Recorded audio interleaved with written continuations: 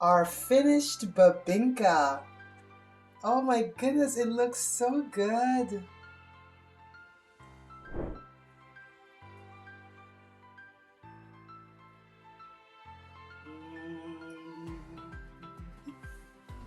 Kumesta? Welcome everyone back, Mabuhay, to my armchair travel adventures as we explore the Philippines. Well, today is all about the mighty coconut. Now, this nut is probably the most important crop in the Philippines.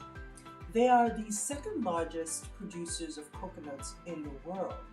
And back in 2009, it estimated that they produced 19.5 million tons of coconuts, providing livelihood for about a third of the population.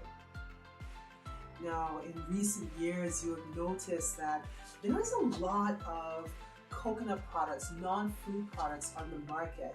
So coconut oils, coconut powder shell, and cocoa handicrafts.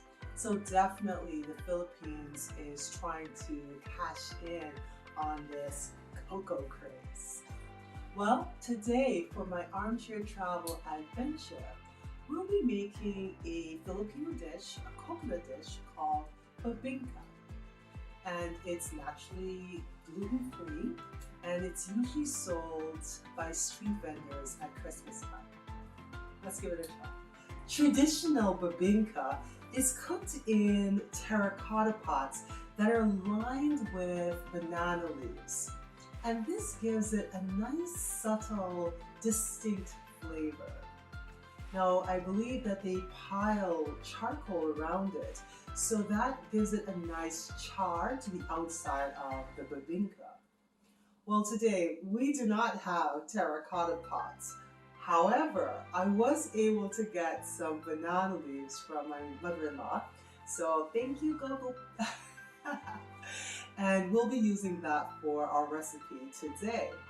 Our ingredients for our bibingka.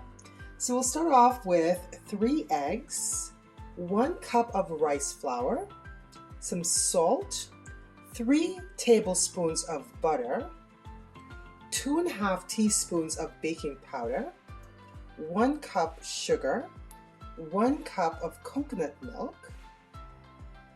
Then we'll have a 1/4 cup of regular milk. And to top it off, they use a white cheese, a cheddar cheese. So this is a Filipino brand, Fiesta. And we'll also use salted eggs for the top as well. Some recipes call for salted duck eggs, but we're using regular boiled eggs, and I've added some finishing salt to it. And here are our banana leaves. So we're gonna take this and line our baking dish, and it'll probably be easier to grease the outside so the banana leaf sticks. And then we'll add the banana leaves and then grease the banana leaves before we add our batter. Next, we're going to mix our baking powder, the rice flour, and the salt, and just set that aside.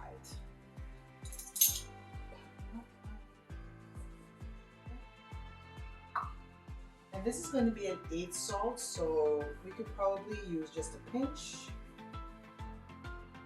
That should be good. And our baking powder, which is 2.5 teaspoons.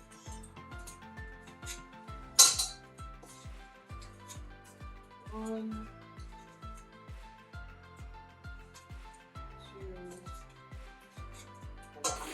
We can now cream our butter and slowly mix in the sugar.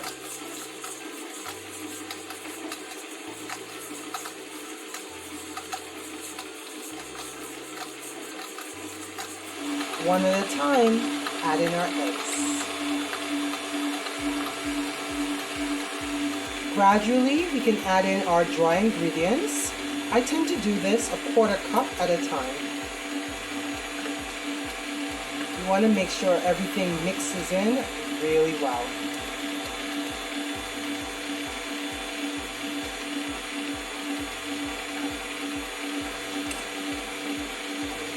So now we can add our coconut milk and our regular milk. And we only need to mix this for 1 to 2 minutes afterwards. Ooh, interesting. I've never cooked with rice flour before, so I think I read that it gives a very unique texture to the batter. We'll see how this tastes. I'm excited to try it. So now we're just going to pour our batter into our greased banana leaf pan. So I've preheated my oven to 375 degrees Fahrenheit, and we'll bake our bibingka for 15 minutes and then take it out, add the cheese and salted egg, and place it back in the oven for another 20 minutes. Awesome. All right, away she goes. Oh, it's starting to cook really nicely. So now we're just going to add our cheese and our salted egg and pop it back in the oven for 20 minutes.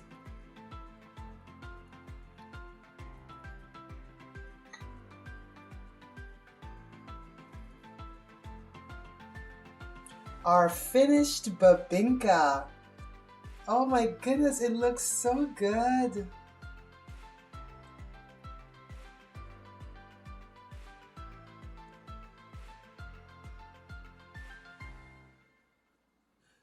I feel so accomplished. Oh my goodness, I'm very proud of myself today. So we have just made our bibingka, but let's give it a taste together.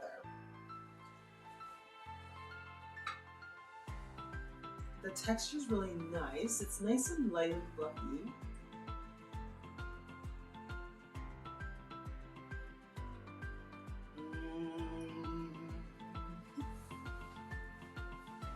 This is incredible. Oh, so there's a sweetness to the cake, but the salted eggs, you wouldn't have thought, but the salted eggs really balances out the sweet and the cheese. This is so cool. All right, we have to keep this recipe, and I hope you get to try it as well.